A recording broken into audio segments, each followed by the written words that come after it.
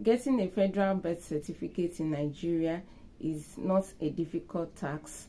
It is actually easy getting it, and as a trained public health worker, I'm going to be putting you through on how you can get your federal birth certificate in any primary health center or any government hospital, because this is one of the things we do in my unit. And so please stay tuned to the end of this video to know the ways and the procedure in getting this federal birth certificate. Thank you so much for joining me today. I'm very grateful.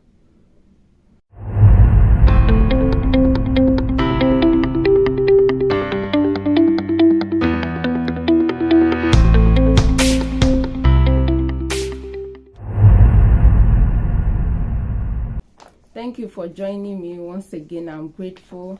If you are just seeing me for the first time, my name is Oyinda Molaoni, and you're on to Exciting Moments with Oyin, where I get to talk about my experiences, a lot of exciting things. And on today's episode of Exciting Moments with Oyin, I'll be telling you how you can get your federal birth certificate, which we actually do in my unit as a trained public health worker. You can get federal birth certificate in any government hospitals, in any primary health center, and there are also some private hospitals where you can also get it. But the most important thing is for you to check around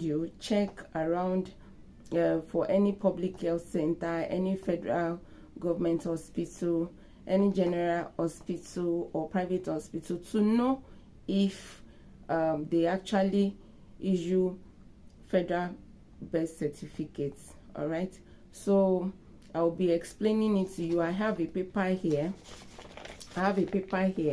I'll be using to explain to you. So I'll be reading out some things to you, because you may possibly not see some of the things that is written, on the paper. So first and foremost, when you come to my unit, this is what we give to you. So that you fill, it's a form. You fill the form. On this form, this is where you'll be putting in your details. You have to be sure of the details you want to put down. As a father or a mother of a child that you want to get birth certificate for, you must have discussed it with your partner. We start with the particulars of the child, and number one here is the name of the child.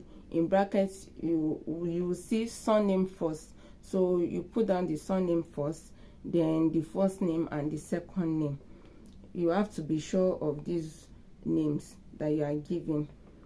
Some new parents, they get confused about which name they are going to put down and all of that. So it is of importance to discuss it as parents before coming to put down the correct name that you want to give your child.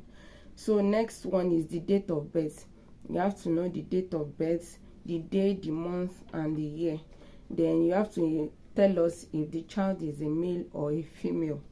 Then the place of occurrence, that's the next thing. And the options we have here is maternity, home, we have hospital, we have some people give birth, they give birth at home, then traditional doctor's place. So you have to be specific. You have to specify where you give birth to your child. Then the next thing to ask is the village and or the town. Maybe you gave birth to the child in the village or town. We ask the name of the town or village. Then we ask of the type of birth. The type of birth means that if it is single or multiple, there are some they give birth to twins, they give birth to triplets, they give birth to quadruplets. So you have to be specific. And then some people when they give birth to twins, maybe one is alive and the other is not alive, you have to indicate that also. Then the next one is the birth order. This birth order means that you have to tell us if the child is your firstborn or your secondborn or your thirdborn. You have to indicate that. Then after getting all those information for the child, we move on to the particulars of the mother. That's the information for the mother. Then we ask for the name, the full name, which means that the surname comes first, then the other names. The mother can put down just one name or two names. It's anyhow, it's okay for the mother of the child. It's fine, but you have to put down a surname and the name. Then we'll collect the phone number of the mother too. You have to put down the phone number of the mother. Then the address of usual place of residence. You have to get the address where the parents of the child reside. Either the mother is separate, even if the mother is separated from the father, we have to get the residential address. Then we have the national ID too. You have to get the national ID. Then the age at birth of child. The mother has to indicate the age in which she gave birth to the child. Maybe it was in year 2020, so we have to count it backward to year 2020. If the person is registering this year, the mother can give the age she'll be clocking or she has clocked in this year. It has to be the age in which the child was given birth to. So then the marital status. Here the marital status, we put either single, married, separated, divorced, or widowed. There are some parents that are not together. We indicate this also. You have to tell us. Then the nationality, either the mother is a Nigerian or non-Nigerian, you have to indicate it also. Then if the mother is a Nigerian, she has to state the state of origin and the ethnic origin. If the person is from Osun State, you have to indicate if you are Yoruba or maybe any other ethnic group within the states. Then the mother has to indicate if she's literate or not, like if she went to school or she didn't go to school. Then and tell us the level of education, either primary, secondary, or tertiary. You have to indicate that. Then the occupation of the mother is also important. We're going to fill this space also. So after getting that, we'll get the particulars of the father. Then it's also the same thing with the mother's particular. The name, surname comes first, the address. So the address, if they are together, if they are living together, you can just write same as above, like it's the same thing with the address of the mother.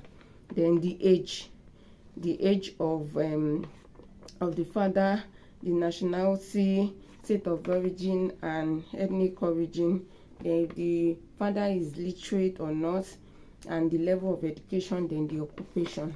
So we collect all this information. Then the next stage is the particulars of the informant. So in this stage, the mother can come to actually register for the birth certificate. The father can come, the mother can come. The two of them can also come. We have situations like this. Even grandmothers or aunties or anyone can come. So far you have the correct information with you. Anybody can come and register for the birth certificate. So we also collect the particulars of the informant, the person giving out the information, in case of anything. So we there's a space for relationship to child. You have to indicate the relationship to the child. If the child is either your child as a parent or your grandchild and all of that. So then we get the full name, where the surname comes first for the informant. Then we collect the phone number, we collect the address, and also the national ID. Then after this, because we try as much as possible to write down this information, to fill this form for anybody that comes for the birth certificate, because a lot of people, they make mistakes. So we try as much as possible to fill the form for them. So after getting all the information, we now give it back to the person that wants to get the birth certificate, to go through the information, to be sure that the information being given is correct. After doing this, and the person is satisfied with the information on the form, we tell the person to sign and to put the date in which he or she has come to give the information, and that is it. And after doing this, the person will be requested to make payments. So in making payments, the payment depends on the age of the child. The payment depends on the age of the child. The payments are for each age. For the ages that we've categorized, they are different. So now I'll quickly go through the payment mode.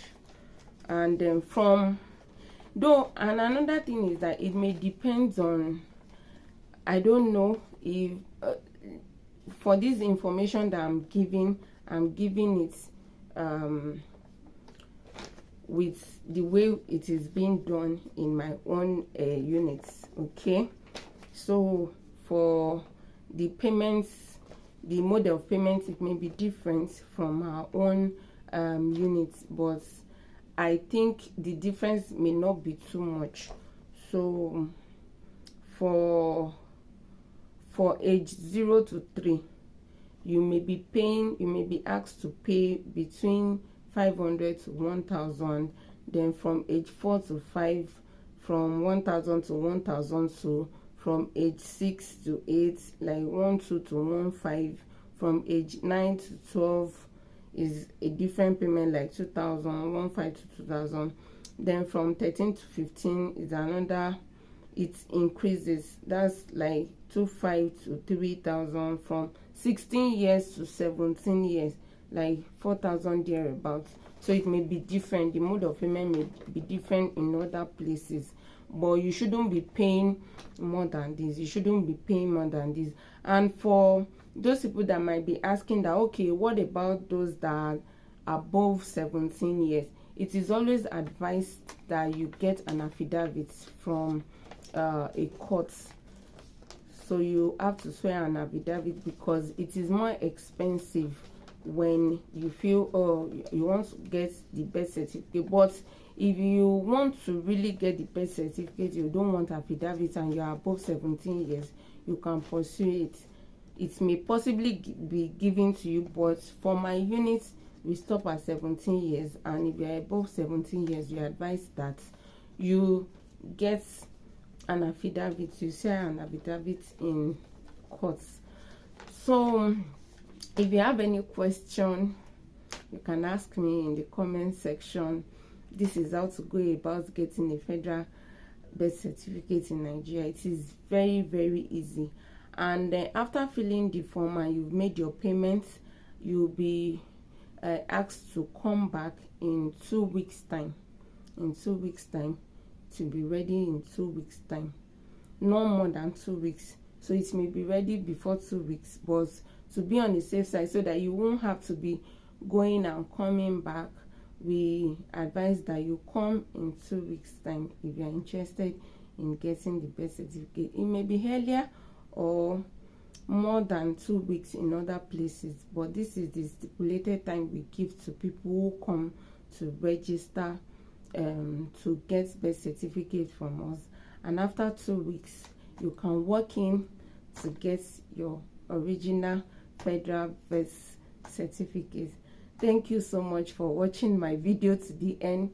If you have any question, please, you can drop it in the comment section. I'm here to guide you. I'm here to guide you. I'm here to answer your questions. And if you've not subscribed to my channel, please subscribe to my channel. Thank you so much. I'm grateful for your support. Until I see you again in my next video. Bye. Take care of yourself.